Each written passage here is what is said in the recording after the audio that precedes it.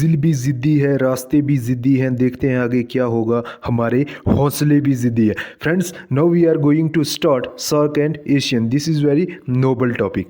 तो friends, last पे मैंने आपके लिए एक सरप्राइज़ भी रखा है, तो आप वीडियो को एंड तक ज़रूर देखिए। फ्रेंड्स, इस वीडियो को देखने के बाद आपको कोई भी दूसरी वीडियो देखने की ज़रूरत नहीं पड़ेगी। एकदम बेसिक से समझते हैं, सिर्फ बातों पर फोकस कीजिए। देखिए, जो मैं पढ़ा रहा हूँ बस उसको देखते रहिए, एंड पे आप अपने आप को कॉन्फिडेंट फील करेंगे। देखिए, ये हमारे पास वर्ल्ड का मैप है, ये कंटिनेंट दिए गए हैं, इन्हीं के अंदर कंट्रियाँ आती है। ये 7 कंटिनेंट है हमारे।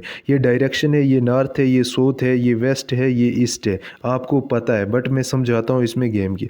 देखिए, जैसे फ्रेंड्स का ग्रुप होता है ना, एक दूसरे को बचाने के लिए, प्रोटेक्शन प्रोवाइड करने, मतलब एक दूसरे की मदद करने के लिए, वैसे कंट्रियों के बीच भी एक ग्रुप, ये सार्क और एशियन 2 ग्रुप बनाए गए हैं जो एक दूसरे कंट्रियों की मदद कर पाएँ। देखिए क्या होता है, ये जो 2 ग्रुप बनाए गए हैं, ये एशिया में बनाएगी। एशिया में क्यों बनाएगी? ये देखिए, ये ईस्ट साइड की कंट्रियां हैं, ये कंटिनेंट है, इसके अंदर कंट्रियां, ये ईस्ट साइड की है। पहले क्या होता था, जो वेस्टर्न साइड की कंट्रियां होती थी वो पैसे में, फाइनेंशियली, सोशली एकदम सिक्योरिटी में ज़्यादा होती थी। तो जो ये ईस्टर्न साइड की कंट्रियां है होती थी, ये इन पे डिपेंडेंट होती थी, और इन कंट्रियों, जो वेस्ट साइड की कंट्रियां थी, उनसे ये ज़्यादा डरती थी।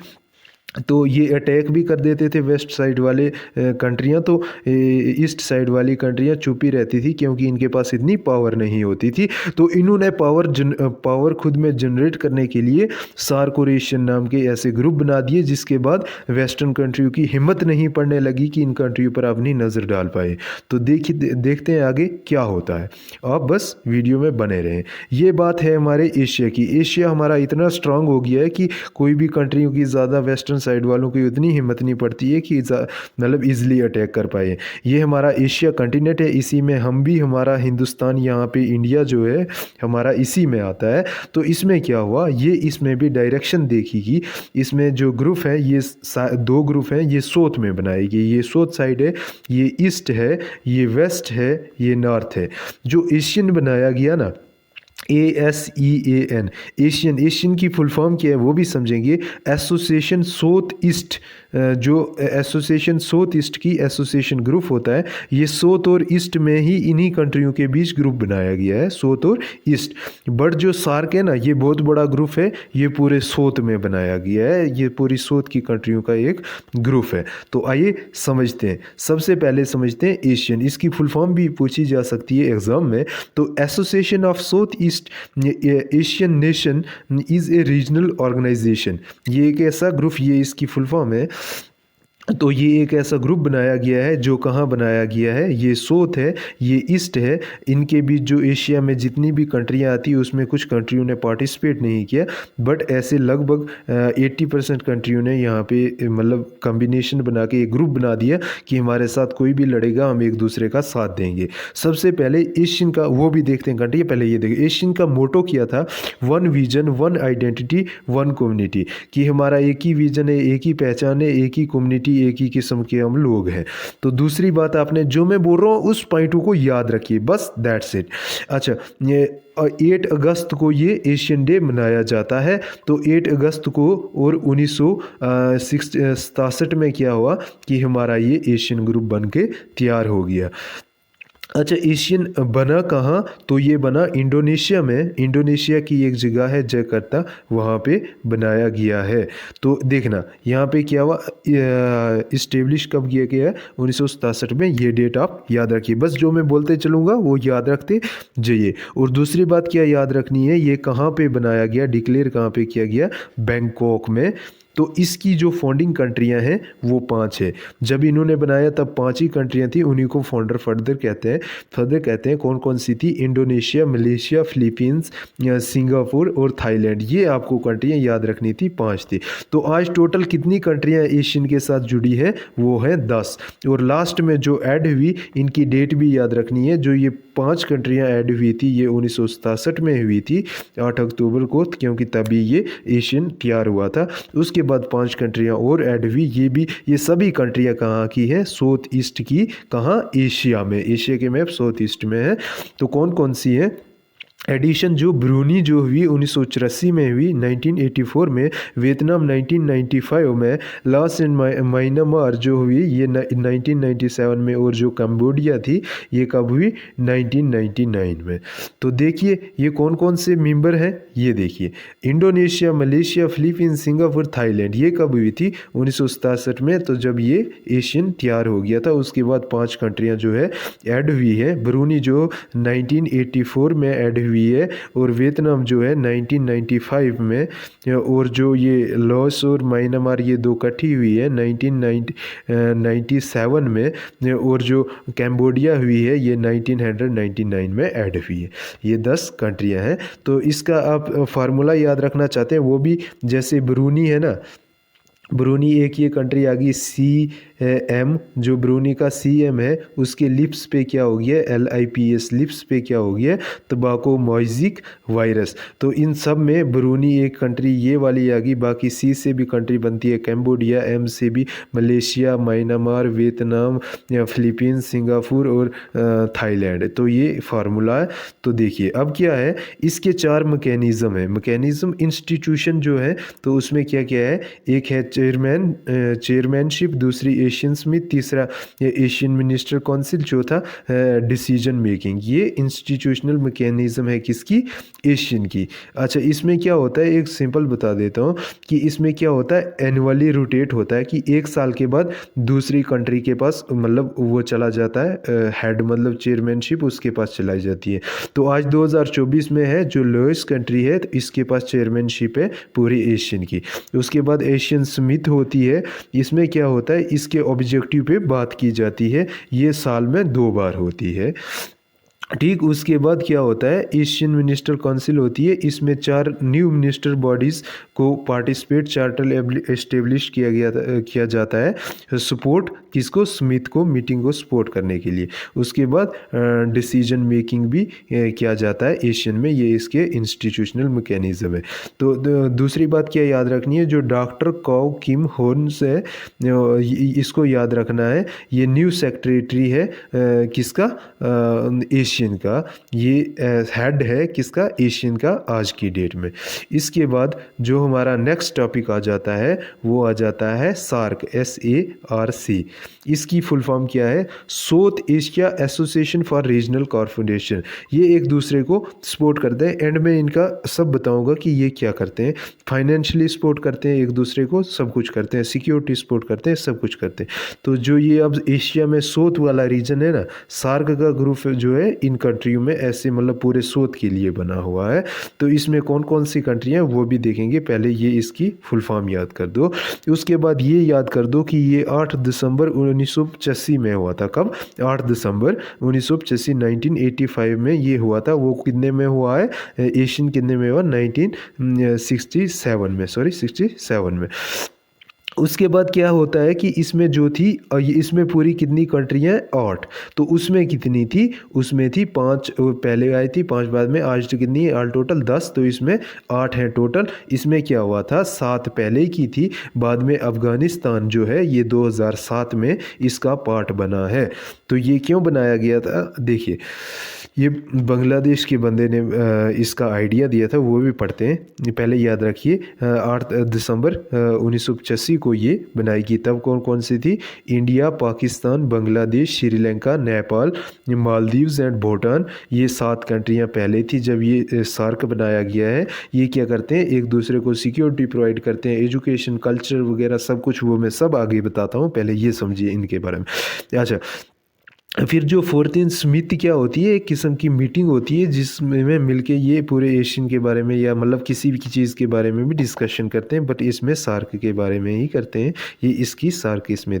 अच्छा, जब ये 14वीं स्मिथ थी, ये टाइम था 2007 का, तब अफ़गानिस्तान इसका पार्ट बना है, किसका, सार्क का। तो ये 8th कंट्री होगी इसके साथ ज्वाइन। तो अब देखते हैं नेक्स्ट इसकी हिस्ट्री क्या है, इसके देखिए आइडिया। सार्क के ये 3 कॉन्फ्रेंसें हुई थी, कितनी हुई थी, 3, 1 2 3। अच्छा, इस कॉन्फ्रेंस में क्या हुआ था, ये इसमें डिस्कस करते हैं सार्क के बारे में, इसमें इम्प्रूवमेंट कैसे लाएं, कैसे मतलब हमारे लिए बेनिफिशियल होगी, कैसे सिक्योरिटी प्रोवाइड, कैसे मतलब अपनी पावर इंक्रीज करें सभी कंट्रियां मिलके। देखिए क्या होता है कि ये पहले जो कॉन्फ्रेंस में होता है द एशियन रिलेशन कॉन्फ्रेंस होती है, कहाँ होती है, न्यू दिल्ली में। कब होती है, अप्रैल 1947 को। ये मतलब ये तब से स्टार्ट हुआ था। ये क्या मसला है, ये तब से इसके आइडियाज़ स्टार्ट हुए थे। और इसी के रिलेटेड जो दूसरी कॉन्फ्रेंस हुई थी फिलीपींस 1950 में हुई थी, ये भी इसी के रिलेटेड हुई थी कि हम सार्क को बनाएंगे। लेकिन ये फाइनली कब लागू हुई थी, 1985 में। पर तब से ऐसे ऐसे सार्क के रिलेटेड ही कॉन्फ्रेंसें होती थी। तीसरी जो हुई थी कोलंबो पावर कॉन्फ्रेंस, आप ये पढ़ना, ये डिटेल में मैं पढ़ाऊँगा। अगर आप वीडियो मतलब मांगेंगे, बोलेंगे, मैं पक्का कमेंट करना। अच्छा, फिर क्या, कोलंबो पावर कॉन्फ्रेंस ये 1954 में हुई थी। ये क्या था, ये सार्क बनाने की रूट है ही थी कि मतलब सार्क बनने की ज़रूरत है, इन कंट्रियों का एक साथ होना ज़रूरी है। तो उसके बाद क्या हुआ था, ये बात आप याद रखिए। प्रेसिडेंट ऑफ बांग्लादेश जो है, सबसे पहले इसने आइडिया दिया था मई 1980 में, 2 मई को 1980 में ये प्रेसिडेंट है, इसने आइडिया रखा था कि हमने सार्क को बनाना चाहिए। क्योंकि जो ये पहले 3 कॉन्फ्रेंसें हुई थी, ये भी इसी के रिलेटेड हुई थी, ये मैंने आपको बता दी है। तो फाइनली ये क्या हुआ कि 8 दिसंबर 1985 को ये इस्टेब्लिश हो गया। कौन, सार्क। किसने आइडिया दिया था, ज़ाए उर रहमान ने। कब, 2 मई 1980 को। अच्छा, इसके बाद जो 7 कंट्रियां थी वो ये थी, कौन कौन सी, श्रीलंका, भूटान, इंडिया, मालदीव्स, नेपाल, पाकिस्तान एंड बांग्लादेश। इन 7 कंट्रियों ने पार्ट लिया था। और 8वीं जो ज्वाइन हुई थी, अफगानिस्तान हुई थी। जितना मैं बोल रहा हूँ आप उतना याद रखने की कोशिश करें बस। अच्छा, उसमें क्या होता था, उसमें मीटिंग जो होती थी, किसमें, एशियन में जो मीटिंग होती थी वो साल में 2 बार होती थी, एनुअली 2 टाइम। बट ये जो मीटिंग होती है, ये समिट जो होती है, ये 2 साल में 1 बार होती है। अब इस बात को भी याद रखिए। जो इनका टेनवर होता है ये 5 साल का होता है, 5 ईयर का, जो चेयरमैन वगैरह हेड बन जाता है इस ग्रुप का। अच्छा, उसके बाद क्या हुआ कि आज जो है इंडिया इसको रिफ्यूज़ कर गया है। क्यों, क्योंकि पाकिस्तान और हिंदुस्तान के तालमेल अच्छे नहीं थे। जो 19 स्मिथ होनी थी, इससे पहले 18th स्मिथ हो गई थी, बट 19th स्मिथ को इंडिया ने रिफ्यूज़ रिजेक्ट कर दिया। बोलने लगा मैं सार्क में अब ये मतलब मीटिंग में 19th स्मिथ में पार्ट नहीं लूँगा। क्यों नहीं लूँगा, क्योंकि ये पाकिस्तान के साथ इसके ताल्लुक़ अच्छे नहीं थे। तो इसी की तरह से, इसी की वजह से इंडिया ने इसको रिफ्यूज़ कर दिया। और दूसरी बात ये है कि ये जितनी कंट्रियां एक साइड हैं और हिंदुस्तान जो है ये एज ए बिग ब्रदर अपना एटीट्यूड शो करता है कि जितनी पावर हिंदुस्तान के पास है उतनी इन 7 कंट्रियों के पास मिला के मुश्किल से बनती है या फिर भी कम रह जाती है। वो पॉपुलेशन के हिसाब से देख लो, पावर के, सिक्योरिटी के हिसाब से, किसी भी हिसाब से देख लो। तो इंडिया की वजह से सार्क में समिट 19 होना ही बंद हो गई। क्योंकि पाकिस्तान कुछ मतलब अच्छे तालमेल नहीं थे, कश्मीर में अटैक किया था, उसकी वजह से हिंदुस्तान बोलने लगा कि, इंडिया बोलने लगा कि मुझे इसमें भाग नहीं लेना है क्योंकि पाकिस्तान है इसमें और ये बहुत ही मतलब उतना अच्छा व्यवहारिक देश नहीं है। तो उसके बाद क्या हुआ, ये बात याद रखिए आप। जो सार्क जो सीनियर, पता क्या हुआ था, जब हेड जो था है ना सार्क का, ये पहले क्या था, ये ढाका में होता था। कहाँ, बांग्लादेश में। ढाका में हेड क्वार्टर होता था इसका, बांग्लादेश में। और एशियन का कहाँ है, इंडोनेशिया, जकार्ता में। तो इसका ढाका में होता था। तो बाद में क्या हुआ कि ये जो है ये कहाँ पे आ गया, ये बांग्लादेश कहाँ पे आ गया, काठमांडू, नेपाल में आ गया। नेपाल की कंट्री, वहाँ काठमांडू इसकी कैपिटल है, वहाँ पे इसका हेड क्वार्टर बन गया। किसका, सार्क का। तो उधर का जो हेड था वो कौन था, मिस्टर मोहम्मद गुलाम सरवर। तो जो पहला इसका जो सेक्रेटरी था, जो हेड था सार्क का, वो कौन था, अब्दुल हसन। ये भी बांग्लादेश का ही था। अच्छा, उसके बाद 2023 में इसकी मतलब लास्ट भी ये बना है। कौन सा, ये ग्राम सर्वर, और उसके बाद इसका टेन्योर जो 5 साल तक होगा वो आगे चलता रहेगा। तो देखते हैं आगे अब क्या होता है। फाइनल पहली बात ये कि इंडिया ने इसको 19 स्मिथ एक्सेप्ट करने के लिए मना कर दिया है, इन्होंने भाग नहीं लिया है इंडिया ने। तो उसके बाद क्या होता है कि देयर आर करंटली, अच्छा इसमें क्या हो, सार्क में क्या होता है, 9 ऑब्जर्वर कंट्रियां हैं। ऑब्जर्वर क्या होता है कि ऑब्जर्वर जो है इसमें वोट नहीं कर सकता, पार्टिसिपेट नहीं कर सकता, बट इसमें ऑब्जर्व ये कर सकता है कि ये बातें सार्क की ये मीटिंग वगैरह अटेंड करके ये बताते हैं कि ये अच्छी बात है, ये बुरी बात है, इस बात का डिसीजन ऑब्जर्व करते हैं इन चीज़ों को। तो ये 9 कंट्रियां हैं। कौन कौन सी, Australia, China, European Union, Iran, sorry, Japan, the Republic of Korea, और म्यूरिटियस, म्यांमार और यूनाइटेड स्टेट ऑफ अमेरिका। ये उतनी इंपॉर्टेंट नहीं, पर आप याद रखना चाहेंगे रख सकते हैं। 9, क्या पता आ जाए क्वेश्चन, 9 ऑब्जर्वर है। तो ऐसे 8 ही पार्टिसिपेंट कंट्रियां हैं। अच्छा, सार्क में उसके बाद सेक्रेटरीज जो इस्टेब्लिश किया गया है ये काठमांडू में किया गया। आज जो इसका हेडक्वार्टर है वो कहाँ है, काठमांडू में। ये कहाँ पड़ता है, नेपाल में। नेपाल की ये क्या है, राजधानी है। तो उसके बाद ये कब, मतलब 16 जनवरी 1987 को ये नेपाल में लाया गया था। उससे पहले ढाका बांग्लादेश में हेडक्वार्टर था किसका, सार्क का। अच्छा, जैसे इंस्टीट्यूशनल बॉडीज़ होती हैं कि मतलब ये किस किस बेस पे, किस स्टैंड पे खड़ी है सार्क। जैसे सार्क डेवलपमेंट फंड, ये एक ऐसा मतलब बॉडीज़ बनाई गई है जिसमें पैसा वगैरह इकट्ठा किया जाता है कि किसी कंट्री को कभी फाइनेंशियली इशू हो तो तब इसका इस्तेमाल करके हम उनको पैसा प्रोवाइड कर सकते हैं, तभी ये बनाया गया है। वैसे साउथ एशियन यूनिवर्सिटी भी बनाई गई है जहाँ पे तालीम वगैरह करके आप इसके रिलेटेड रिसर्च वगैरह कर सकते हैं, आपको जॉब मिल सकती है सार्क में। तो ये जैसे दिल्ली है तो दिल्ली में सार्क की एक यूनिवर्सिटी भी बनाई गई है। वैसे एशियन रीजनल स्टैंडर्ड भी जो रीजनल के बारे में वो भी बनाई गई है, और ऑर्गेनाइजेशन भी बनाई गई है कि हमारे कंट्रियों के बीच कोई इशू हो जाएगा तो हम अपने ही सार्क में फैसला कर देंगे, ये अच्छा है ये गलत है, क्योंकि हम वेस्टर्न कंट्रियों में नहीं जाएंगे। इससे क्या होगी, हमारी इमेज डाउन होगी और फिर से हम पावरफुल नहीं रहेंगे। इसलिए इन्होंने सार्क में ही ऐसी ऑर्गेनाइजेशन बना दी है। इसके बाद इसकी सिमिलरिटीज़ क्या देखते हैं, देखना एशियन और जो सार्क है SAARC जो है ये सिमिलर क्या है, ये ग्रुप का अलग अलग कैसे है, सही कैसे। जैसे सिमिलरिटीज़ इनमें 5 में बता रहा हूँ आपको, जिससे आपको पता लग जाएगा ये दो ग्रुप बने क्यों। जैसे देखना रीजनल कॉरपोरेशन, दोनों का रीजन कॉरपोरेशन मतलब लगभग से सेम ही है क्योंकि ये दोनों ईस्ट के हैं। तो इनका भी रीजन के हिसाब से होता है। क्या होता है कि दोनों ऑर्गेनाइजेशन रीजनल कंपटीशन को प्रमोट करती हैं ताकि मेंबर कंट्रीज़ के बीच इकोनॉमिक और सोशलिटीज़ मजबूत रहे। दूसरा, डेवलपमेंट गोल्स, जो दोनों का मकसद है, दोनों का डेवलपमेंट गोल्स है कि हम मिलकर अपने आप को बूस्ट करेंगे।